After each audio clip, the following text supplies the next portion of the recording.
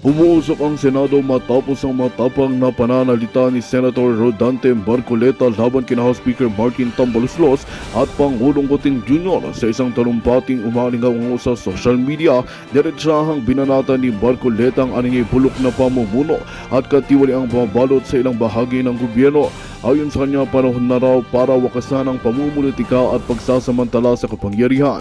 Hindi rin binalampas ni Marcoleta ang umano'y pagsasalaula ng tiwala ng taong bayan sa gitna ng mga kontrobersyal na pondo at proyektong hindi umano malinaw ang pinupuntahan. Bagamat hindi pa pinangalanan ng tuwiran, malinaw na tinutukoy niya sina Tambaloslos at Bangag sa kanyang maaanghang na pahayag. Ani niya, hindi na kami mananahimik. Kung laban ang gusto nila, laban ang makukuha nila.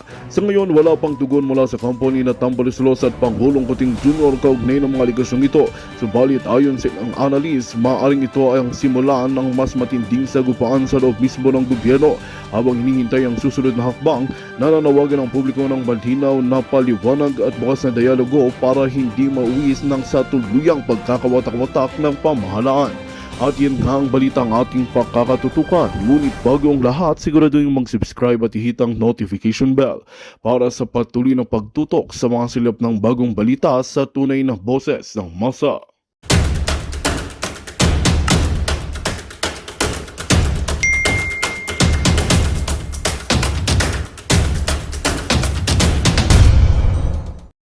For evil to triumph is for good men to do nothing.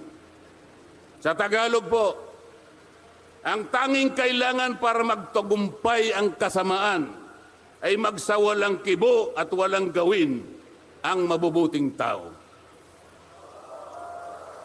Maraming salamat po at magandang hapon po sa ating lahat.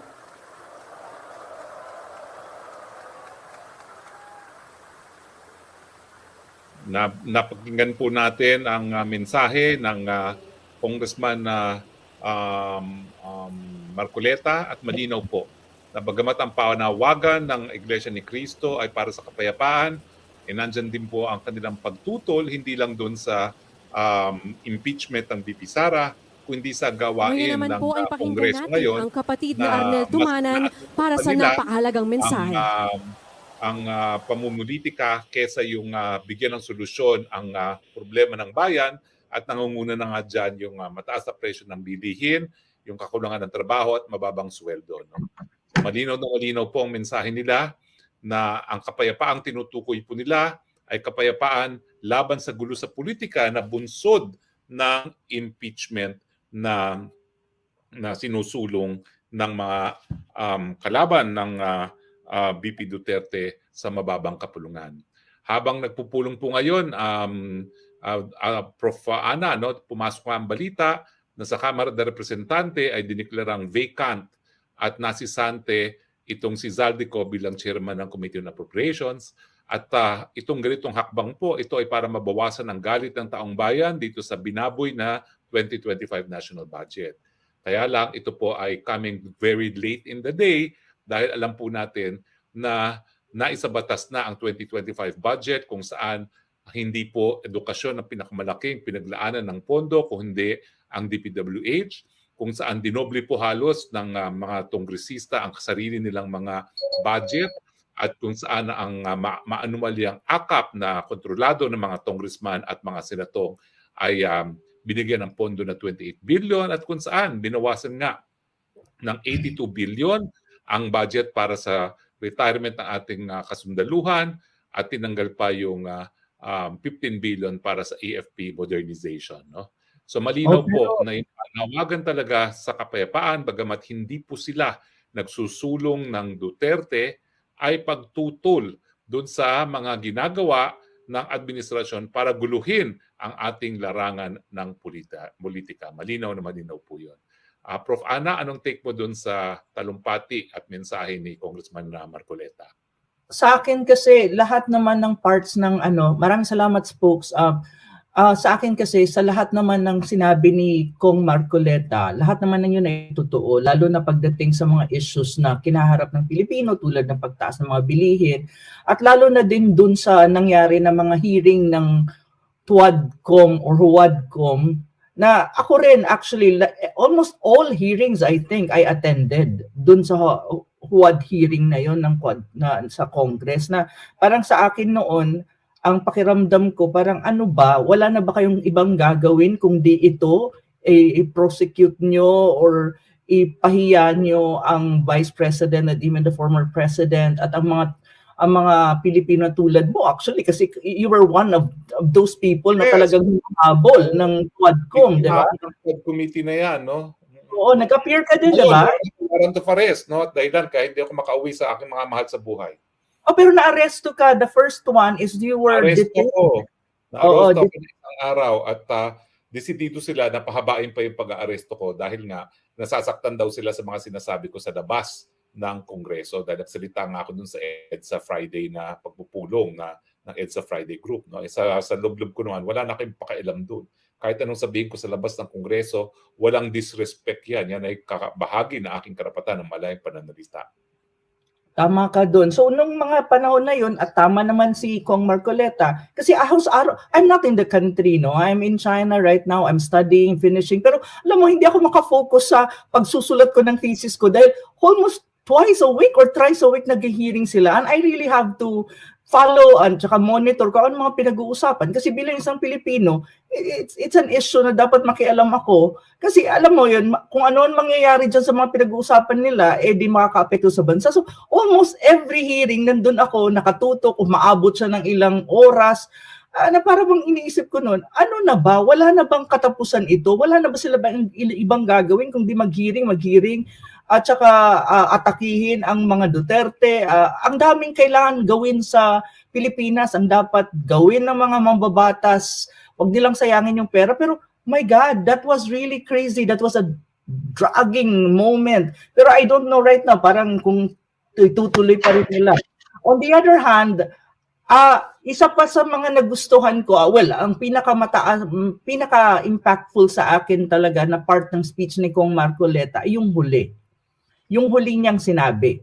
Yung sinabi niya na kapag walang gagawin ang mabubuting tao at marami na silang nakikitang kamalian sa kanilang bansa o sa sitwasyon man kung nasaan sila, mananalo talaga ang kasamaan or yung, the evil people out there. So, yun yung very important sa akin na, yun ang last statement niya, which is for me the most important or summarizes everything. Kasi sa akin, tama it doesn't matter kung nasa gobyerno ka, it doesn't matter kung ano ang antas mo sa buhay, kung mataas bang pinag-aralan mo o eksakto lang, or bata ka man, matanda, lalaki, babae. Pero tama kung nakakakita na tayo ng hindi maganda at alam natin apektado tayo and the country is going down the drain, especially when you talk about political issues, economy, international relations, foreign policy, almost everything, peace and order, crime rate, and everything. Kung hindi ka makikialam at ikaw naman sa tingin mo mabuti kang tao at ang hangad mo lang ay para sa kabutihan ng bayan mo, definitely mananalo talaga ang masasamang tao or evil people, especially those in government. So sa akin, very important and very striking yung last statement na yun. At to be very frank and honest, spokesperson, yun lang din ang pinanghahawakan ko. Kaya I'm doing what I'm doing, I'm writing, I'm here, I'm speaking my mind, and I'm sharing in spirit, I'm with the National Rally for Peace of the INC. It's precisely because of that. Yung statement na panghuling statement ni Kong Marcoleta. Napaka-importante nun. At sana sa ating mga kababayan na narinig yun, may embrace natin siya at ma-internalize natin siya para maintindihan natin kung saan nanggagaling ang mga tulad namin ni Spokes Harry. Kasi kanina, tama si Professor Malutikia Ang dami ko ring nakikita sa sa Twitter ko, and even dun sa Facebook ko, na ang daming troll na nagsasabi, ang ingay-ingay nyo, no? Wala naman kayong pruweba sa mga pinagsasabi nyo. Ang dami, alam mo yun, yung mga kinikriticize, binabash tayo. Pero sa akin kasi, yun ang pinanghahawakan ko, yung last statement na yun. Which is, for every one of us, makaka-relate tayo dun kung talagang minamahal mo ang bayan mo. Kasi, I'll be very din sa ating mga kababayan, Kasi kanina ina-accuse din dun sa Twitter ko kasi may nag-a-accuse dun na bayaran kayo ng mga Duterte and all that or binabayaran kayo to bash the government and blah blah blah. Excuse me po. Ni singkong kusing, ni sentimo, wala pong bayad, wala kaming nare-receive at wala din kaming hihingin ni singkong kusing. Kaya gusto ko lang i-address yung basher ko dyan sa Twitter. Diyos ko, sa tagal ko nang nagsusulat sa Manila Times, even ni singko, never akong humingi para lang magsulat ako. No, walang bayad yun, all for public service. Even itong ginagawa namin ni Spokes Harry, public service yan. Dahil totoo nga, kapag ang mga tao nakakapag-isip at nakakita kung anong mga hindi maganda na sa bayan mo, kapag tumahimik ka, hindi lang ikaw ang apektado. Kanina sinabi din na pati kanununuan mo, yung mga anak-anakan mo, magsasuffer din talaga sila. Kasi ganun talaga yan. It's a chain of reaction and chain of effect. So, talagang very striking sa akin yung last na statement. Though the whole speech was very inspiring, the whole speech was very relevant to what's happening to the country, but for the last statement, for me, talagang tagus sa puso yun sa akin. Maraming salamat. At ibig sabihin talaga, iiral ang mga gawain ng mga hindi magaganda ang mga budhi kung mga mabubuting budhi ay walang gagawin. No? So wag nating hayaan na magtagumpay ang mga masasamang budhi. Meron tayong kasama ngayon, hindi ko mabasa kung sino yung natin. Folks. See, ang kasama po natin ngayon ay isa ring famous na political blogger na si Maricar Serrano. Maricar, are you ready? You have the floor. Your honor! Yes, I'm here. Hi, Miss Anna. Hi, Papi Harry. Finally. Ay, nako, salamat at safe ka, Harry. And Miss Anna, it's been a while since I really wanted to be connected with you. Maraming salamat sa ginawa niyo today. And of course, salamat sa suporta niyo pa rin sa mga Dutertes. Alam niyo naman ako, kilala ako. Actually, hindi ako famous, notorious ako, Miss Anna. Hindi naman. Ako notorious PDS. Pinabasa ko, no? Oo, ikaw ay superstar sa aming mundo. Pero Maricar, narinig natin ang mensahe ni Marcoleta at biniglang linaw niya, no, na kapag sinabi ng Iglesia ni Cristo na sila isa para sa kapayapaan, ibig sabihin niyan, ayaw nila yung mga nanggugulo sa larangan ng politika at kinukonsidera nila na panggugulo sa ating lipunan yung sinusulong na impeachment, no, at yung mga investigasyon ng WAD Committee at ng Committee on Good Government sa mababang kapulungan. Your take, Maricar? Correct. Yes, actually, yes, I completely agree with that because katulad nga nung una nilang statement, and this is ito yung preamble nila prior to this rally. Ang sinabi nila yeah, we are echoing with the president. You know, I don't know, pero sa akin kasi napakagandang sarcasm nun. We are echoing with the president na na hindi kami pabor sa sa impeachment. And kasi naman, nakakahiya naman talaga. Sa totoo lang, kung kakargahan nila yung impeachment, nakita ba natin lahat yung articles of impeachment? It's disgusting. I'm pretty certain malakas din ang tawa ni Papi Harry nung Papi Harry Roque nung nabasa niya yung articles of impeachment. Naging ground for impeachment. Yeah, it's a fiasco. I don't even know kung anong klase. Pasensya ka na, Leila Banana, pero nakakahiya talaga. Yung listahan, yung articles niya, no, for you to even allow yourself to be identified with such a fiasco of an impeachment article, it's just abysmal, no. Nakakatawa. Newspaper clippings la karamihan.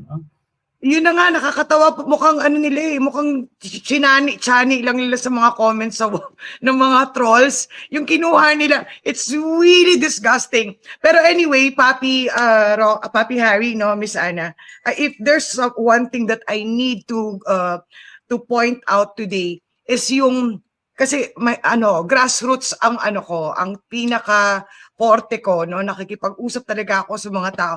If there's one sentiment of the INC that I really want to put out there, ang pinakamalaki na sentimiento ng mga kapatid natin sa INC, kaya sila sumali sa rally na to, is yung problema din nila sa droga, sa paglaganap ng droga.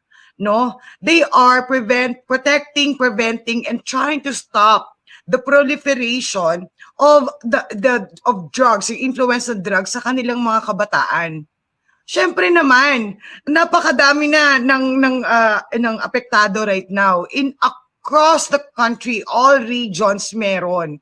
And it is at an alarming rate, and it is really starting to become a serious problem. Alam niyo naman natin pare-pareho ang iglesia, grassroots din yan sila eh. Alala niyo ng pandemya, 'di ba? Napakadami nilang tinulungan sa grassroots levels. So alam din nila, ramdam din nila yung grassroots problems pagdating sa droga. And I really think that one of the biggest reasons for our mga kapatid sa INC, no? I'm not one, but let's just call them that way because mga kapatid natin sila. So yeah, yun ang isa sa mga initial reasons why a lot of the INC members actually joined in today. And Maricar, it's yes, sir. Alas 6 pa sila nagsimula magtipon-tipon, yung iba dyan na nga natulog sa luneta, no? Pero hanggang ngayon wala tayong naririnig sa kahit kanino sa administrasyon, no? Ang tanging narinig lang natin ay siguro para mabawasan ang galit ng taong bayan ay tinanggal nila si Zaldico bilang chairman ng Committee on Appropriations. Tanggal nga ba? Parang okay, you're done with this, next ka naman. Parang ganun lang yung basa ko dun, Papi Harry. Hindi ako naniniwala na tatanggalan nila ng mini. Ako rin, parehas tayo, Maricar. Ano lang yun, parang, okay, sige, tanggalin ka namin dyan, pero ilipat namin dito ha. Pero i-declare natin kunyari. Yeah. Tapos na kasi yung budget, di ba? Tapos na yung napirmahan na, so wala na siyang purpose doon. Next purpose naman. Ganun yung tingin ko dyan, Paps. And also, ang tingin ko din is they are trying to I don't know, palusot or pasiklab ek lang nila na, we're doing something about this ha. Yung mga ayaw nyo, tinan nyo, ginagawa namin ng paraan. And ang pinaka nakakatawa right now sa dami ng mga ng mga pa-press release nila today dahil dinedma nila itong rally na to. Walang mainstream media na nagko-cover nito na diligently, no? So, ang ginawa nila, yung pautot nila, na pinalabas nila na nakipag-usap si Bongbong kay Biden. Why? What the hell is that for? 1 week to go, wala na yung lolo na yon at baka nga hindi nga kilala. Sinong ka-meeting niya? Parang si ko. Miski tinanggal nila, ay wala na namang budget na tatalakayin itong committee exactly. sa susunod na kongreso na. Oo. Futile actions one after the other today. By the way, as folks at Maricar, ang alam ko na reliable source, hindi naman ata natuloy yung meeting kay Biden na cancel daw. Kaya nga nawalan sila ng nawalan silang kumbaga pang sapong dito sa nangyayari ngayon sa bansa natin. Kasi na-cancel daw eh. Sabi sa akin ng reliable source ha. Oh my gosh. Well, sabi nga, alam mo sa totoo lang, yung mga kumukontra sa akin na ang redlawan is not a real redlawan. Talagang dilawan tong mga pulahan na to. Kasi parehong-pareho, yung lahat na ginagawa nila fits to a T doon sa motto netong si, I forget her name, ito si Loida Lewis ba yun or something? It doesn't have to be true, it just has to look like it. So, seriously, this is insane, ano? Whenever we look at them, whenever they do something and we watch them, it's almost like watching, a toddler, hide behind a transparent door. Parang ganyan yung ginagawa. They're so stupid. And minsan nga iniisip ko yung mga Talyanista, ay kaway-kaway nga po pala sa mga kabobohan nyo. No? Yung mga tanga... diba? Kasi totoo lang nakakatanga. How low is your IQ level for you to still support this administration? Lagi ko nga sinasabi, whatever it is that the entire country is suffering from right now, kasama criminality, damay kayo, ang tanga-tanga nyo, really hindi kayo nahihirapan doon sa presyo ng bilihin, sa walang katapusan na pagtaas ng presyo ng mga services, 'di ba? Ng mga basic services ng gobyerno. Wala kayong walang mapuntahan ang sahod nyo dahil di naman tinataas yung sahod eh. Di ba sa totoo lang, di naman tinataas yung sahod at tumataas na yung presyo ng mga bilihin. So, I don't know, mga Talyanista, concerned kami sa mental health nyo, no? Mga engot kayo. At oo, and sa totoo lang, pinagtatawanan namin kayo, yun nga lang, mga bingi kayo diyan sa pulburon, ano tawag dito, pulburon laced na mga dakdak at yaw-yaw ng mga sinusuportahan ninyo, kaya hindi nyo naririnig yung tawa namin. But trust us, we are laughing at you. Not Maricar, with you. ano sa tingin mo? Didinggin ba ng Kongreso at ng gobyerno ang panawagan ng Iglesia ni Cristo, lalong-lalo na yung pagpigil sa impeachment at pagpigil sa gawain ng Kongreso na wala namang kinalaman sa problema ng bayan? Kung yung didinggin, malabo yan. Kasi nga, di ba, kaninang umaga, ang aga-aga pa lang, pinagano na sila, pinadaldal na kaagad nila si Franz Castro. Sabi pa niya, hindi naman yan, support sa government, kay Inday naman yan. So, I think doon na lang natin i-claim yon, Papi. Wag na lang natin silang asahan na makikinig sila sa atin kasi sila ang nagluto ng lahat ng ng eksena ng impeachment na yan. Now, if there is nothing we can do about that part because nandun pa rin ang manipulation ni Tambi sa loob ng Kongreso, mabuti pa siguro, i-claim natin yung sinasabi ni Leila de Lima at saka ni Franz Castro na itong pagtitipon na to is in support of Inday Sara. Mas maganda ng ganun. Huwag na natin silang pag-aksayahan ng panahon kasi kung makikinig tayo sa Kongreso natin, ay naku, magkilos na lang tayo sabay-sabay para ma-abolish ang mga animal. Pero ano sa tingin mo naman ang gagawin ng Iglesia at ng Sambayanan kung magbibigi-bingihan na naman itong mga administrasyon nito? I don't think that today is going to be the last day. And I hope hindi. Kung hindi man ngayon matapos ito, dahil may kunwari, di ko alam, baka may kalendaryo yung sinusunod. Kunwari na lang yan. Diba? Kunwari na lang, pag gano'n na lang ako, Miss Ana. Ganyan na lang, diba? So, kung hindi man ito matapos today, I think there will come a month. Am I giving it too much? There will come a month. Gusto ko na umuwi. Mga kababa. Ako din. Sabay tayo, Papi. Mukhang pareho tayo ng region na kinaroroonan right now eh. Nasa tabi ako ng mga ng mga camels. But anyway, ang lang, sigurado lang ako. Oo nga. Sigurado lang ako na itong nangyayari na to is not the end. Kasi may mga sarcastic dyan, na alam mo na yung mga forever pessimists na gusto nila lahat ng bagay instant. Walang nakukuha ng maganda pag instant.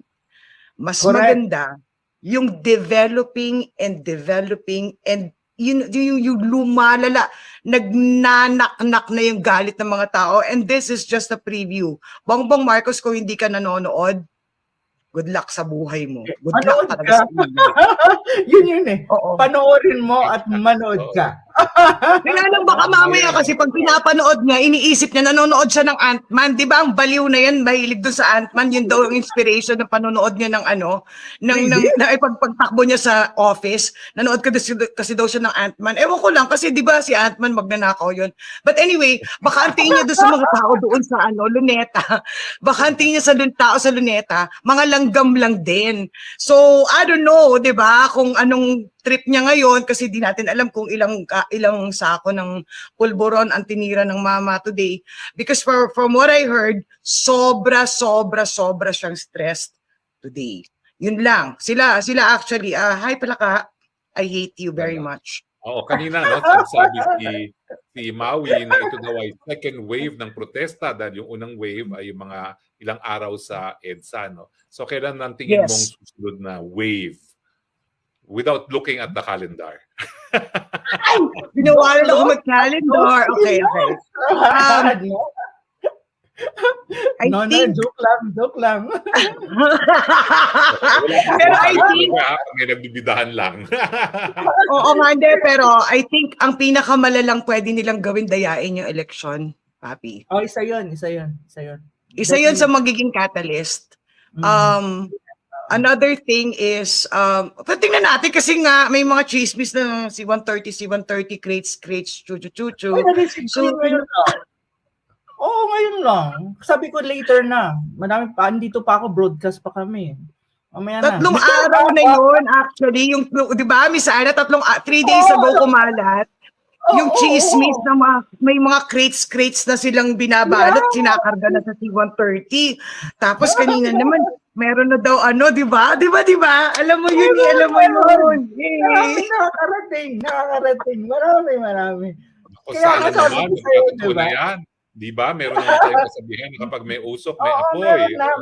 Correct. Correct. Yeah. Well, sabihin natin, mangyari ang gusto natin at magkaroon ng tunay na pagbabago. Napakahirap naman ang gawain kung sino magte-take over ngayon. Ano ang tingin mong pinaka-importanteng unang gagawin kung magkakaroon tayo ng pagbabago? Yung bagong leader, anong unang-unang dapat gawin? Abolish Congress para matanggal din tayo nagkakaisa dyan. Lahat tayo nagkakaisa dyan. No? Abolish Congress talaga para matanggal lahat yung mga insurgents na nandyan sa loob ng Congress. That's number 1. And crocodiles. Yeah. A lot. I think yun ang pinaka. Tapos number 2 siguro ang pinaka natin is yung i-sequester natin yung mga ninakaw. Kasi napaka-importante na ibalik yung yung kinuha nila, no. So every single thing that they stole from us, damay lahat. Total, ginawa na natin to dati. Ginawa na ng Pilipinas to dati. Gawin natin ulit. May pattern naman na meron na din namang And I'm sure alam ni Papi Harry kung paano yung naging yung ginawa ng dati, 'di ba, ng GOCC ba yun? PCGG, sorry. PCGG dati, yan. Oo. May pattern naman na. Ano dapat gawin natin dapat may makukulong ngayon. Kasi nga itong mga ito, hindi natin pinakulong ng unang beses. Nakabalik. Bakit ka mabait? Bakit kulong? Pagpapakainin pa natin yan. Ano ba? Parang alam ko yung gusto mo. Parang meron din ako. Kapag sila naalala niyo yung dating may mga common friends natin siya Common friend natin siya. Tapos noong kampanya, dinala niya yung mga magsasaka, yung mga mangingisda, yung mga na doon sa nasa grassroots ng mga leaders, dinala nitong common friend nating 3. Hindi ko na sasabihin yung pangalan, pero I love you, girl. I love you. Kilala mo sarili mo. So, dinala niya doon sa headquarters sa Mandaluyong itong mga group leaders. Tapos ang sabi daw ni Manang Mangga, ba't ang dami-dami mong dinala, papakainin pa natin yan. Well, eto rin ang dapat nating sabihin sa kanila. Ba't pa natin sila ikukulong, tapos papakainin pa natin yan? Sayang ang buwis. Sayang pera. Sayang, marami pang mapupuntahan yan. Pwede pang panglinis sana ng di ba, ng mga poste ng LRT, MRT, ganyan. Yung pang di ba, sayang talaga yung pakain. Well, anyway, sinong pagkakatiwalaan natin na gagawa ng batas kung ma-abolish natin ang Congress? Katandya ka naman Ba't kami matatakot? Andyan ka pala. Bagay sa totoo lang, meron naman center, no, na pinupondohan natin, no? Yan ang trabaho nila, no? Dapat gumawa sila ng batas, no? Yan, wala pang well, it's good if they will be abolished. You know, dapat siguro talaga na magmakaawa tayo ngayon sa ating mga sa mga military natin. Tulungan nyo kami. Nakikita nyo naman po, no, na lahat kami ngayon, nakikita ninyo, maraming naglabasan ng mga tao para sumuporta dito. Dahil matagal na nagtatanong mga tao, who will lead us in this? We want to air our sentiments, but who will lead us? Binigyan tayo ng avenue ng mga Iglesia ni Cristo members. Maraming salamat sa pamunuan. At binibigyan nyo kami ng avenue. And we can actually be here with you as well next time na magdedesisyon ulit ang INC na tumulong ulit another venue, another event to help the kapwa Pilipino, kasi syempre they have the utmost support para sa mga Pilipino kasi ang Iglesia ni Cristo, ang roots niyan is Pilipinas. So whatever happens to the Philippines happens to the INC as well. So naintindihan ko na talagang hindi yan nila pababayaan ng mga kapwa nila. Not to mention, as I've said kanina, grassroots sila. Papi Harry, Yes, andyan yes. ka. Nandyan ka, hindi kami matatakot. Hindi kami matatakot. Andyan ang mga military na sana makinig sila sa mga Pilipino. Magandang balita ang hatid namin sa inyo ngayong araw. Sa pagtatapos ng aming balitaan, nagbigay kami ng mga mahalagang impormasyon. Maraming salamat sa pagtutok at pagsuporta sa aming programa. Huwag kalimutang manatili sa mga susunod na araw para sa mga bagong balita at mga kwento na dapat nating abangan. Mula sa Boses ng Masa, magandang araw Pilipinas!